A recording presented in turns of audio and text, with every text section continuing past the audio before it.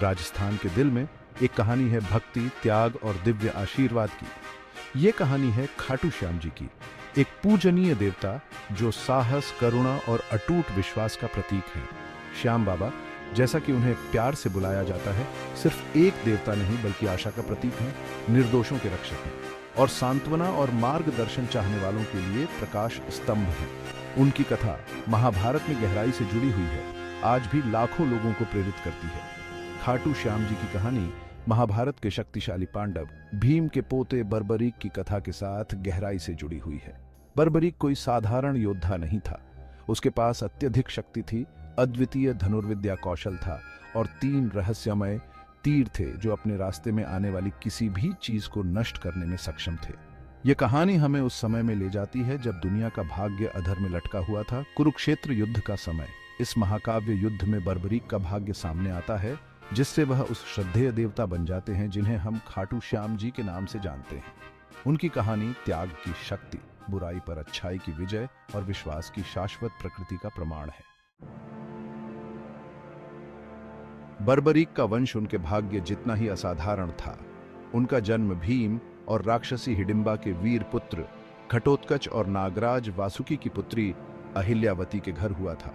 अपने पिता से उन्हें अत्यधिक शक्ति और जादुई शक्तियां विरासत में मिली। एक बच्चे के रूप में भी बर्बरीक ने असाधारण क्षमताएं प्रदर्शित की। उन्होंने अपने दादा भीम और भगवान कृष्ण के संरक्षण में युद्ध की कला में महारत हासिल की। कृष्ण ने उन्हें 3 रहस्यमय तीर भेंट किए थे।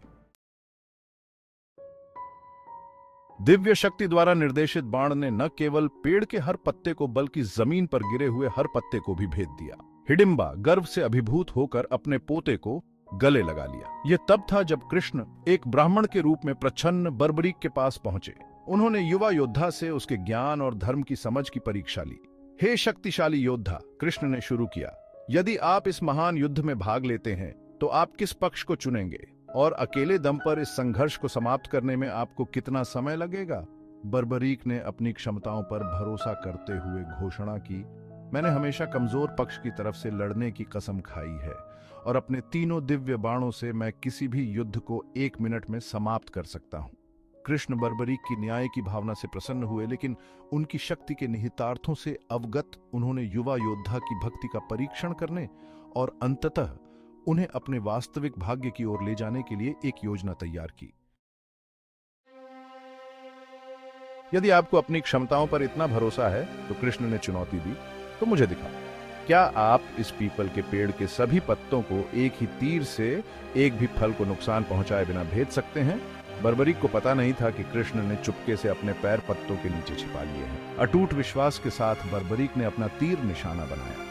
जैसे ही बाण अपने लक्ष्य की ओर बढ़ा, वह चमत्कारिक रूप से मुड़ गया और कृष्ण के चरणों को सहलाता हुआ निकल गया। बर्बरीक चौंक गया, उसने हाथ में दिव्य खेल को महसूस किया।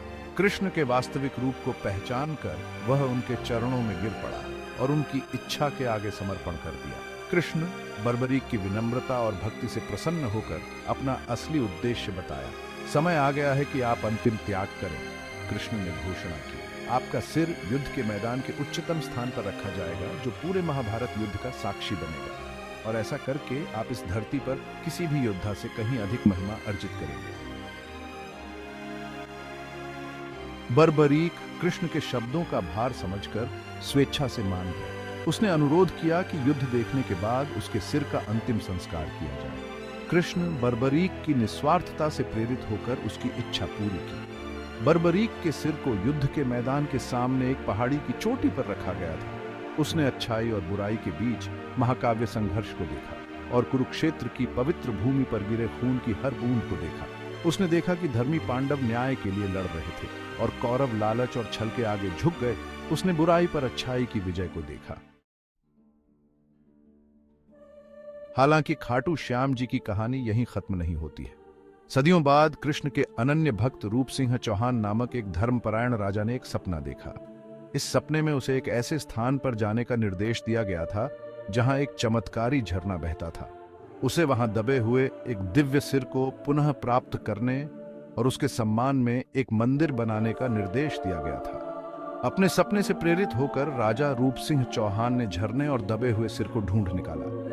जैसे ही उन्होंने सिर को पुनः प्राप्त किया, वसंत चमत्कारिक रूप से दूध के कुंड में बदल गया। दिव्य महत्व को पहचानते हुए राजा ने उसी स्थान पर एक भव्य मंदिर का निर्माण किया। इसे बर्बरीक के बलिदान और अटूट विश्वास के अवतार खाटू श्याम जी को समर्पित कर दिया। राजस्थान के सीकर जिले में स्थित यह मंदिर खाटू श्याम जी की स्थायी विरासत का प्रमाण है।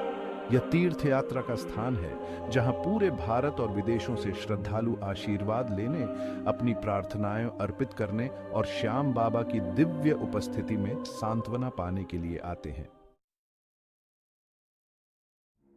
खाटू श्याम जी को एक ऐसे देवता के रूप में पूजा जाता है जो मनोकामनाएं पूरी करते हैं, बीमारों को ठीक करते हैं और परेशान लोगों को सांत्वना प्रदान करते हैं।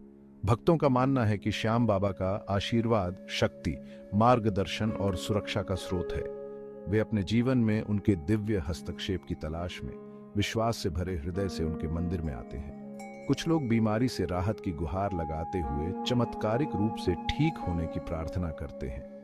दूसरे लोग अपने प्रयासों में सफलता की तलाश में आते हैं, चाहे वह उनके करियर, शिक्षा या निजी जीवन में हो। और फिर कुछ ऐसे भी हैं जो केवल अपनी कृतज्ञता व्यक्त करने के लिए, श्याम बाबा के प्रति अपने प्यार और भक्ति को व्यक्त करने के लिए आते हैं, जिनके बारे में उनका मानना है कि उन्होंने हमेशा उन पर नजर रखी है। मंदिर आस्था की शक्ति का प्रमाण है। श्याम बाबा के आशीर्वाद से हुई चमत्कारों की अनगिनत कहानियां प्रचलित हैं। बीमारों के ठीक होने की कहानियां, खोए हुए लोगों को अपना रास्ता खोजने की कहानियां और हताश लोगों को आशा मिलने की कहानियां। श्याम बाबा की उदारता में यह अटूट विश्वास ही हर साल लाखों लोगों को उनके दरबार में खींचता है। खाटू श्याम जी मंदिर में मनाए जाने वाले सबसे महत्वपूर्ण त्योहारों में से एक फाल्गुन मेला है, जो फाल्गुन के हिंदू महीने में मनाया जाता है, जो फरवरी से मार्च तक होता है।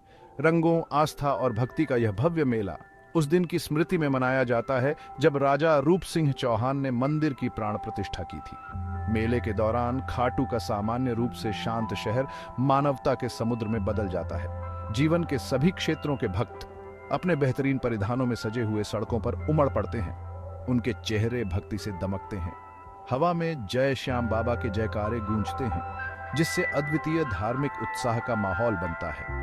मेले का मुख्य आकर्षण खाटू की गलियों से होकर श्याम बाबा की रत्नों और फूलों से सजी मूर्ति की भव्य शोभा यात्रा है।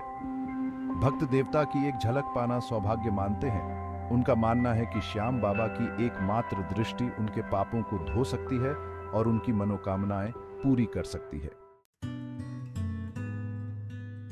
आज के आधुनिक युग में भी खाटू श्याम जी की कथा जीवन के सभी क्षेत्रों के लोगों के साथ गहराई से जुड़ी हुई है। त्याग की उनकी कहानी, कृष्ण के प्रति उनकी अटूट भक्ति और मनोकामनाएं पूरी करने के लिए उनकी प्रतिष्ठा आज भी लाखों लोगों के दिलों में आशा और विश्वास जगाती है। भक्तों का मानना है कि श्याम बाबा अपने मंदिर की दीवारों तक ही सीमित नहीं है। वह जहां भी प्रेम और सच्चाई से उनका नाम लिया जाता है, वहां मौजूद होते हैं। लोग अपने दैनिक जीवन में उनका मार्गदर्शन चाहते हैं।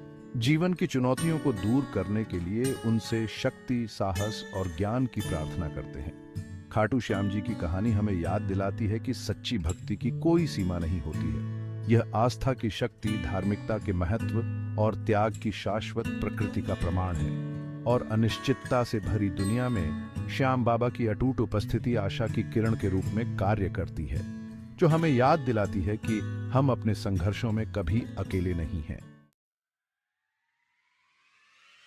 खाटू श्याम जी की कथा केवल पौराणिक कथाओं के पन्नों तक ही सीमित कहानी नहीं है। यह आस्था, त्याग और भक्ति की स्थायी शक्ति का एक जीवंत, सांस लेने वाला प्रमाण है। बर्बरीक की महान आत्मा के अवतार श्याम बाबा समय, संस्कृति और भूगोल की सीमाओं को पार करते हुए लाखों लोगों को प्रेरित करते रहते हैं। उनकी कहानी आशा की किरण है, जो हमें याद दिलाती है कि विपत्ति के सामने भी आस्था और धार्मिकता एक उज्जवल भविष्य का मार्ग प्रशस्त कर सकती है। खाटू श्याम जी की स्थायी अपील एक देवता के रूप में उनकी सुगमता, मनोकामनाएं पूरी करने के लिए उनकी प्रतिष्ठा और एक रक्षक और मार्गदर्शक के रूप में उनकी अटूट उपस्थिति में निहित है।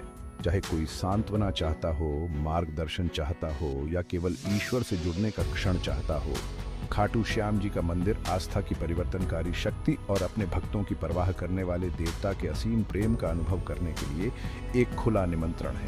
उनकी कहानी एक कालातीत अनुस्मारक है कि बलिदान का सबसे छोटा कार्य भी जब शुद्ध इरादों से प्रेरित होता है तो दुनिया पर गहरा प्रभाव डाल सकता है, आने वाली पीढ़ियों के माध्यम से गूंजता रहता है।